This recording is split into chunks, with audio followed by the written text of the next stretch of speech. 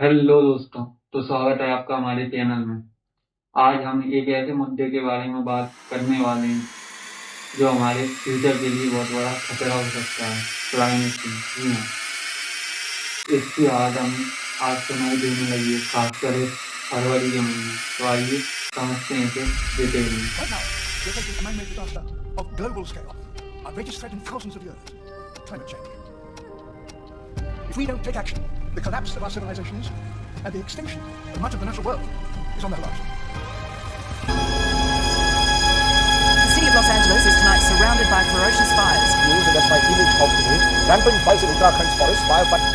फरवरी जो आमतौर पर ठंड का महीना होता है, जहाँ हमें स्नोफॉल देखने को मिलती है, वहाँ आज हमें गर्मी का एहसास होने लगा है। पिछले कुछ वर्षों के आंकड़े हमें बताते हैं कि फरवरी का तापमान लगातार वर्ष दर वर्ष बढ़ता जा रहा है।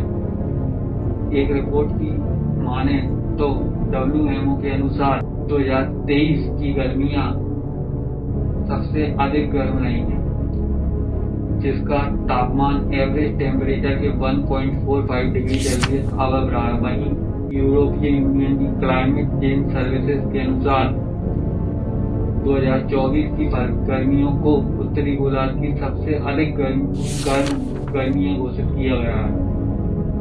अब ये मापा कैसे जाता है कि कौन सा क्षेत्र गर्म है?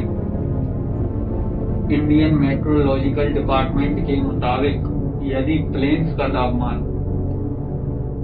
40 डिग्री से अबव हो और पहाड़ों का यानी हिली एरिया का तापमान 35 डिग्री से अबव हो तो उस क्षेत्र को गर्म घोषित किया जाता है। वैसे तो कई और मेजरमेंट हैं किसी क्षेत्र को गर्म घोषित करने के लिए, लेकिन यदि किसी क्षेत्र का तापमान 45 डिग्री से अबव चला जाता है तो उसे और बिना किसी अन्य मेजरमेंट के गर्म घोषित कर दिया जाता है।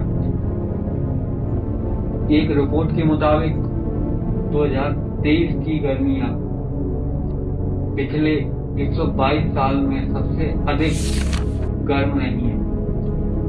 इससे हमारी फसलों को बहुत बड़ा दुष्प्रभाव पहुंच रहा है। हमारी फसलें आज झुलसने लगी हैं। इसके साथ ही ग्लेशियर मेल्ट हो रहे हैं, जिससे सी लेवल बढ़ने लगा है। कहीं बाढ़ तो कहीं सूखे की स्थिति बन रही है। इनके पीछे कारण क्या है? इनके पीछे सबसे मुख्य जो कारण है वो है पेड़ों का काटना। आज बड़े बड़े हाईवे बनाने के लिए पेड़ों को बिना सोचे समझे काटा जा रहा है। क्या इन हाईवे की हमें वास्तव में जरूरत भी है? रिपोर्ट के मुताबिक मेरठ और गाजियाबाद में तीर्थयात्रियों के लिए 100 किलोमीटर लंबे हाईवे के लिए 33,700 पेड़ों को काटा जाएगा। सीरियसली, क्या इस रोड की हमें जरूरत भी है? एक अन्य रिपोर्ट के अनुसार कोची में पिछले 3 सालों में 45,438 पेड़ों को काटा गया, जिसमें कि 12,043 पेड़ तो केवल कोलम डिस्ट्रिक्ट के हैं, जिसका परिणाम यह है कि आज वहां अनबेरेबल गर्मी का सामना करना पड़ रहा। आखिर पेड़ों को काटने से होता क्या है? Carbon dioxide, methane, nitrous oxide जैसी गैसें हमारे वायुमंडल में ट्रैप होके रह जाती हैं, जो हमारे पृथ्वी के एटमॉस्फेयर के चारों तरफ एक लेयर बना लेती है, जिससे हमारा वायुमंडल का तापमान बढ़ जाता है। इसके साथ ही फॉसिल फ्यूल का उपयोग करने से भी हमारे वायुमंडल का तापमान बढ़ जाता है। जो डीजल पेट्रोल का उपयोग हम अपनी गाड़ियों में करते हैं, उससे हमारे तापमान में काफी बढ़ोतरी होती है और गर्मी निकलती है।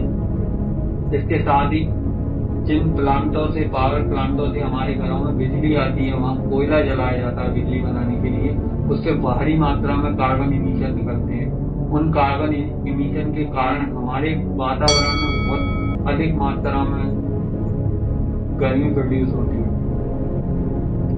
हम जिस एयर कंडीशनर का प्रयोग अपने घरों को ठंडा करने के लिए करते हैं, वो हमारे घर को तो ठंडा कर देता है, लेकिन बाहर इतनी मात्रा में गर्मी रहता है जिससे हमारा वायुमंडल का तापमान कई डिग्री तक बढ़ जाता है। बचने के क्या उपाय हैं?